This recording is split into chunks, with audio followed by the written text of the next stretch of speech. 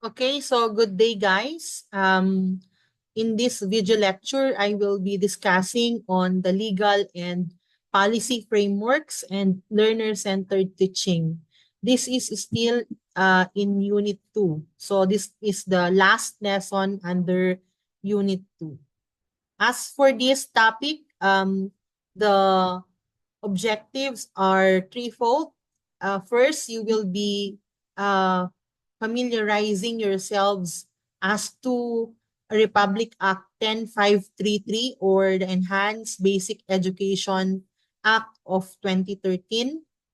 We will look into some of the salient differences between the 2002 Basic Education Curriculum and the K-12 curriculum, which is one of the highlights of RA 10533. And in connection to this, we will also be looking into the importance of the K-12 curriculum as it was actually implemented, no? So in this particular discussion, the focus would be on the K-12 curriculum, K-12 framework. Okay, so what is this Republic Act 10533? These are just but few information or the information that you are supposed to know in relation to RA 10533, no?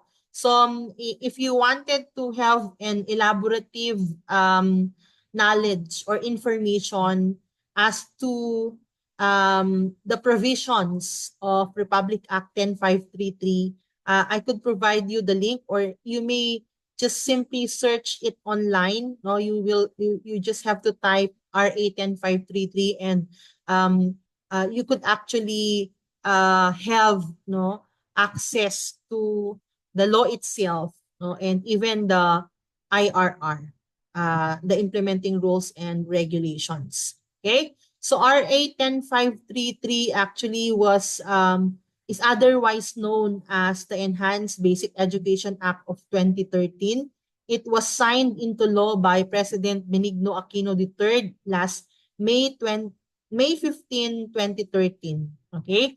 Although this particular enactment or law had laid down the basis for the K-12 curriculum, um, if you look into the timeline of the K-12, no, it was only in 2016 where it was implemented.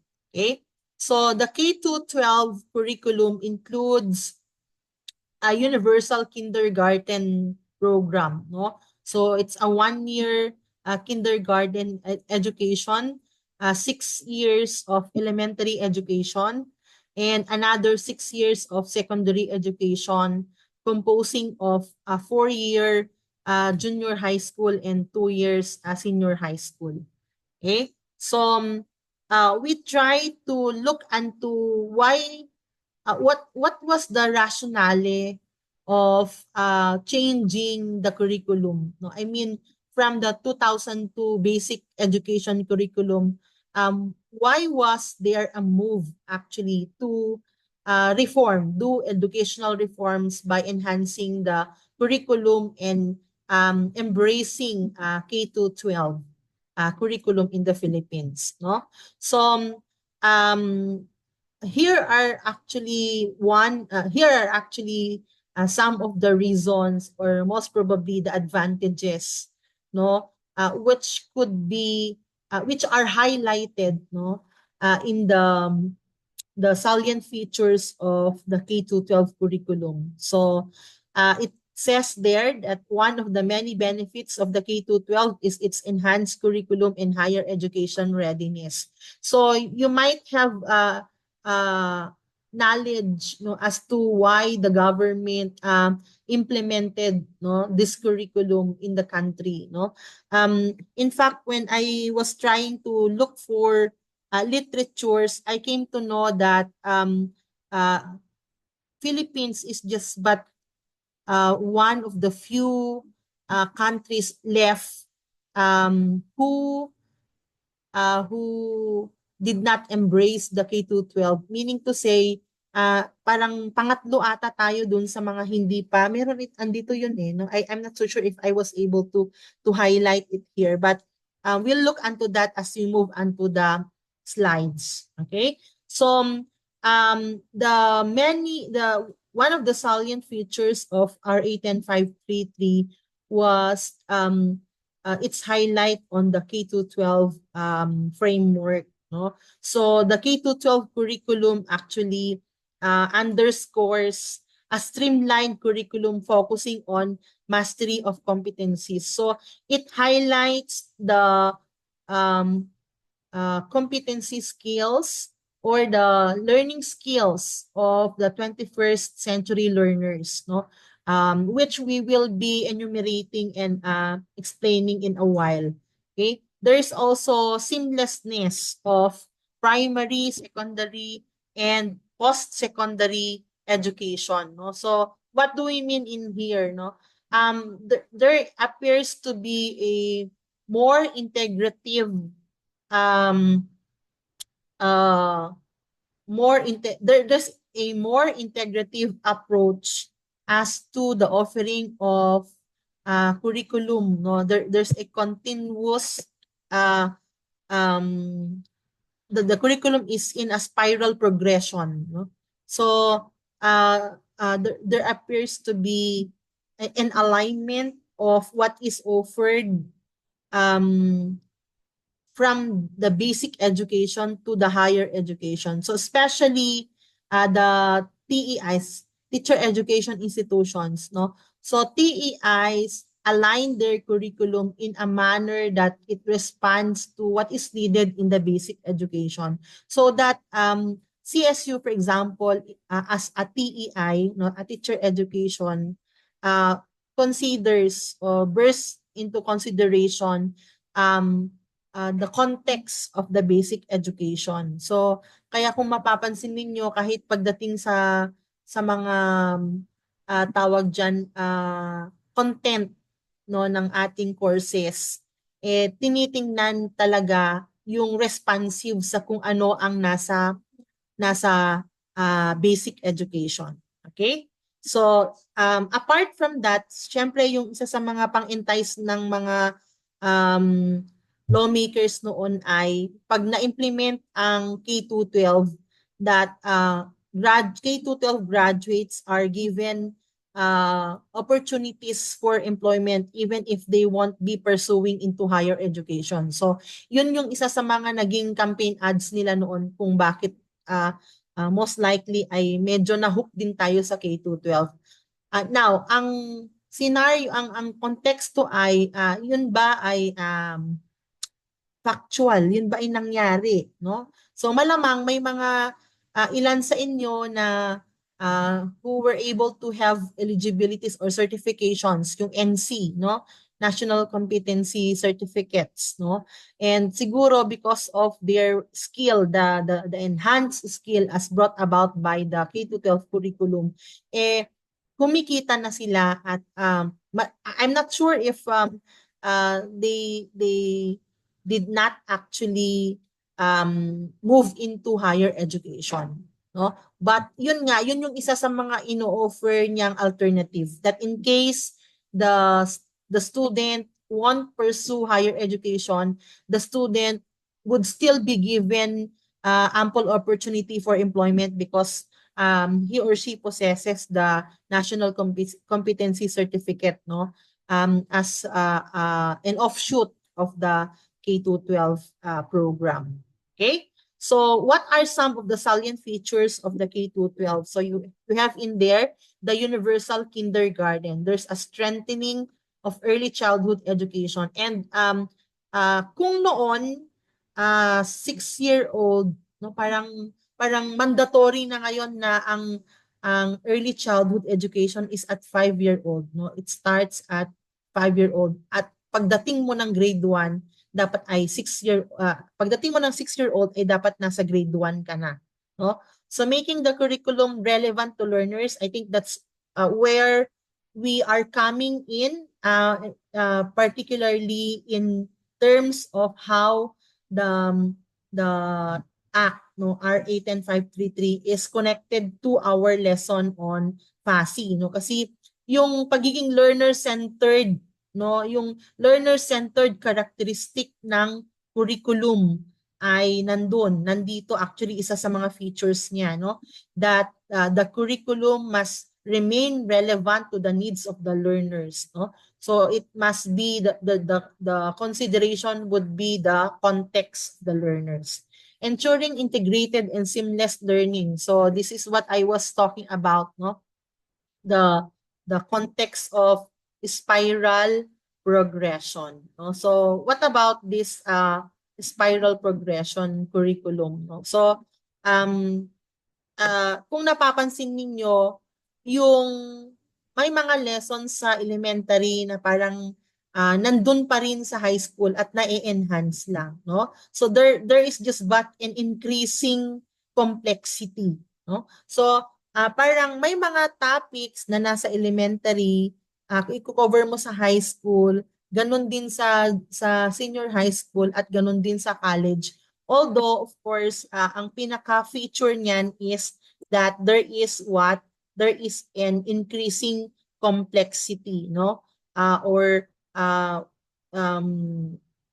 of course, ang pinaka bottom line niyan is yung law of readiness ng mga estudyante, no? Are they prepared? Are they mentally, physiologically, physically ready for such learning, no? Kaya ito ay isa rin sa mga nagpapatunay na learner-centered nga ang K-12 curriculum. Okay? What else? Yung um, mode of delivery, no? So although there is a new update actually, removing mother tongue, 'di ba? As the tawag diyan, mode of teaching. Mode of teaching ba ang tawag? Ano bang tawag mo doon? Yung parang delivery, teaching delivery, no? That instead of using mother tongue, we revert back to English and Tagalog, no? I'm not so sure as to what law is that, no? Pero that's the most recent information I know, in as much as this is concerned. So I will be most likely giving you, perhaps, let me just look into that particular law and share it to you later on. So ano pa, yung senior high school, okay? And readiness to enter in higher education, okay? So what are some of the practical benefits of K-12? Because definitely our lawmakers would not implement or would not craft this law without, of course, looking into its benefit. No? So there are somewhat three, based on literature. I came about with these three practical benefits. First is preparedness for tertiary learning. Okay, so with the adaptation of the K-12 scheme, students are expected to graduate at an age a bit older than past graduates, no? So if before, since there is an additional 2 years ba sa high school, yes, there would be an additional 2 years giving way for senior high school. That means to say that once you finish your uh, your degree, no, in the higher education, you're a bit older for 2 years as compared to those who graduated prior the K-12 era. Okay? So this is an advantage daw according to DepEd, as graduates will be considered young adults. So you are actually in your young adult as compared to prior the K-12 era, that they are parang nasa late adolescent stage, no? Hence, they will be more equipped to deal with much higher level of learning as they enter college education. So, readiness also to join the workforce. So, as I mentioned earlier, one of the advantages would be that since in senior high school you are you are already given your NCs, your national competency exams, no?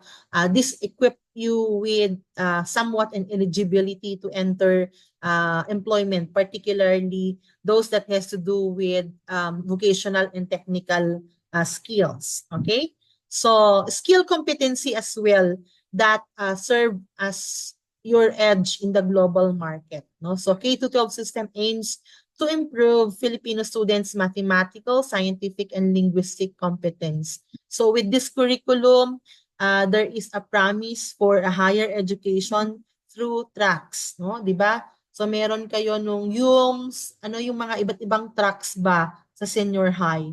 And this would all the more enhance your skills and eventually would make you globally competitive and hence would help you or would facilitate in making you land a spot in the global market. Okay? Now, what else? Now, in terms of the K-12 curriculum framework, so this highlights the fact that K-12 curriculum is a adheres to the learner-centered principle. In fact, if you are to look into RA 10533, part of the principles that are highlighted there is that the curriculum must be learner-centered. It always considers the needs and the nature of the learner. Okay, so let me move on to the next slide so that you could more likely understand why I said this. No? So the philosophical and the legal basis of the K-12 curriculum is no less than RA 10533 as I mentioned earlier, plus some of the provisions in the 1987 Constitution and all other bases here. So you have there DepEd, EDCOM, UNESCO, BESRA, and everything. No? So what I just wanted you to understand is that prior the implementation of the K-12 curriculum, there are legal basis. No? So hindi tayo malamang nangopya lang sa ibang bansa, sa curriculum ng ibang bansa. Ito ay inaral dahil ito ay inaral ng ating mga lawmakers at tawag dyan, ginawang batas dahil meron nga namang mga legal frameworks at basis no, na nagsasabing ito ang dapat.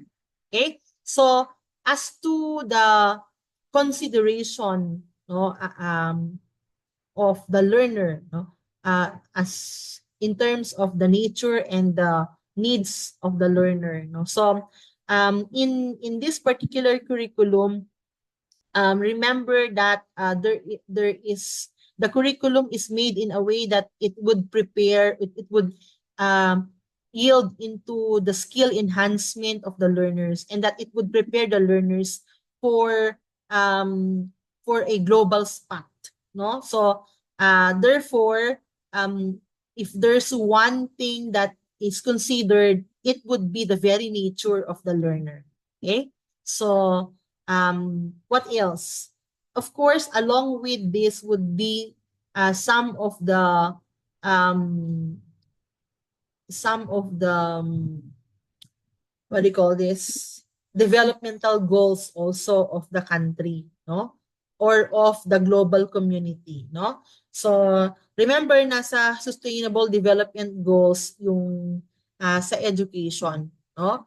And the reason why educational reforms are introduced is simply because the education itself and even including the curriculum, no, should be should be abreast or should be updated, no, as to the needs of the community. It must in all aspects consider the needs of the community. Okay, and of course, our consideration, the very consideration that we have would be development, no? For national or even global development. Okay. Now, the K-12 curriculum envisions to develop holistically, no? So what it envisions is that the Filipino learners must be developed in a holistic manner, um, to which they are able to manifest the skills possessed by 21st century learners, no? And what are these skills, no? So you have in there um, media and technological skills, learning and innovation skills, communication skills, life and career skills, no? So um, um, the goal of developing a whole person, no? Uh, on being and becoming a whole person, no? So meaning to say, um, um, it's not only uh, it's not only indoctrinating and it's not only about indoctrinating and developing intellectual monsters na sinasabi nga nila, no? So hindi lang para uh, maka-develop ng magagaling na estudyante, kundi mga estudyanteng holistic ang development. So hindi lang cognitive, kundi affective and psychomotor din ang tinitingnan, no? So what do we mean by here? So the feature of the K-12 curriculum is such that it is learner-centered, it is inclusive and research-based, no? So hindi katulad ng nabanggit ko, hindi basta-bastang naisip lang ng mga lawmakers o di kaya ay kumopya lang sila sa curriculum ng ibang bansa. Kundi meron ding pagsasaliksik sa tawag diyan. Meron ding pagsasaliksik na nangyari at merong mga feasibilities na nangyari para mga pag-aaral para makita yung sitwasyon natin educationally, no? So kaya kasama doon sa consideration yung EDCOM, no? You may want to search EDCOM reports relative to our educational sector, no? So how quality is that quality of education that we have been saying, no? So you might be shocked later when reading some EDCOM report as to how we flare in terms of education. Sabi nga nila the failed educational system daw, no? Bakit kaya the failed educational system? So you might wish to Google that, no? That's EDCOM report, okay? So we also have culture responsive and culture sensitive. So dito papasok yung consideration din po ng curriculum, ng K-12 curriculum, hindi lang sa learner, kundi maging sa macro system na kung saan ang learners. Okay, uh, naka kung saan dine-develop or kung saan nire-rear yung learner. Okay? So, standard and competence-based, seamless and decongested curriculum.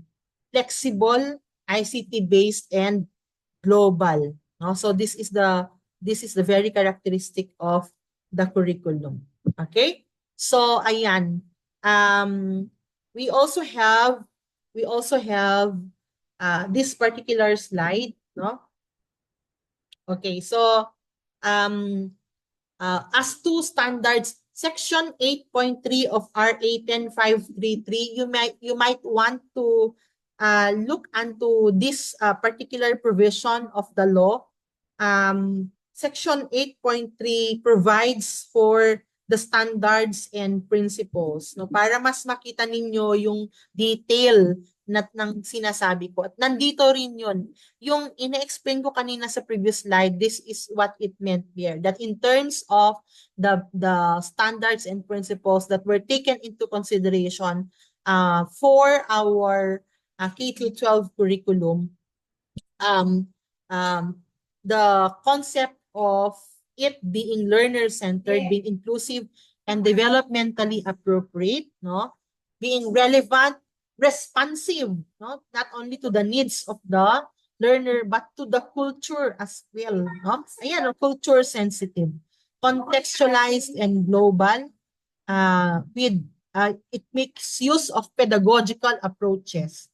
Meaning to say, tingnan ninyo yung pedagogy niya, constructivist. Is it not that the very basis of learner-centered teaching or learner-centered approach is constructivism? So ito yun. Bakit kailangan nating i-discuss ito? Kasi gusto kong maintindihan nyo na kahit yung curriculum natin, yung K-12 curriculum natin ay gumagamit ng learner-centered approach. Okay? So, it adhere to the principles of, yun nga, mother tongue based.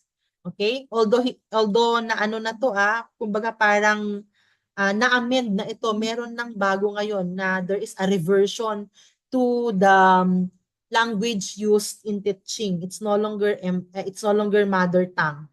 Okay? Then spiral progression and flexibility. Now, what else? So, ayan. Yung MTB, MLE, Mother Tongue-Based Multilingual Education. So, you might have noticed yung those of you who have younger siblings in the elementary or who have nieces and nephews, no? How they teach them in the elementary is that the use of the mother tongue. In fact, there's a mother tongue based subject, no? So in grades 1 to 3. And then gradually there is what? There is a use also of Filipino and English, no? Although in instruction, the learning materials, di ba may mga learning materials, you could search on the net. Yung mga modules, may mga modules na mother tongue based. Okay? So this is a consideration of the culture. Okay? What else? Then, now, what's the difference of the old curriculum way back in 2002 to this 2013 curriculum? So, ang pinaka highlight lang ng pagkakaiba nila is yung number of years at yung edad kung kailan pumapasok, no? So nung 2002, pagdating ng 5-year-old, optional lang kinder 1 kung kunana niya. So optional lang na pumasok ka sa kinder. Pero ngayon, at 5 years of age, mandatory na yung kindergarten. Dahil pagdating mo ng 6-year-old, dapat ay nasa grade school ka na, nasa grade 1 ka na. Okay? Now, no difference as to grade school and junior high school. Ang na-introduce ay yung senior high school. Okay? Kasi yung junior high school, guys, yun yung grades 7 to 10. Kumbaga, first year high school hanggang 4th year high school. And then we have grades 11 and 12 for your senior high school. So the K-12 basic education program incorporates curriculum enhancement, early childhood education, and specialized upper secondary education. Before you could enter higher education, you must have gone through the junior and senior high school. No? So kung naalala ninyo dun sa transition noon, merong time noon sa higher education na yung mga hindi agad nag-college after ng implementation ng K-12, they were given, I think, at least 2 years to eventually come back to college. Otherwise, they have to go back to senior high school. So, may mga natamaan tayong mga estudyante na ganyan. Meron yung mga nag-enroll, tapos nag-drop, hindi nila natapos yung kanilang first semester ng first year nila. So, nabigyan kasi sila ng parang period, transition period. At kung hindi sila nakabalik within the period given to them, they are asked to go back to senior high. Meron tayong mga cases ng ganun dito sa CSU noon. So anyway, that's the main difference between the basic education curriculum way back in 2002 versus the K-12 curriculum. Okay? So I think that's where it end up for your application task. I will be sending you the details of the instruction and we will do the processing during your um, face-to-face class. So with that, thank you and good day.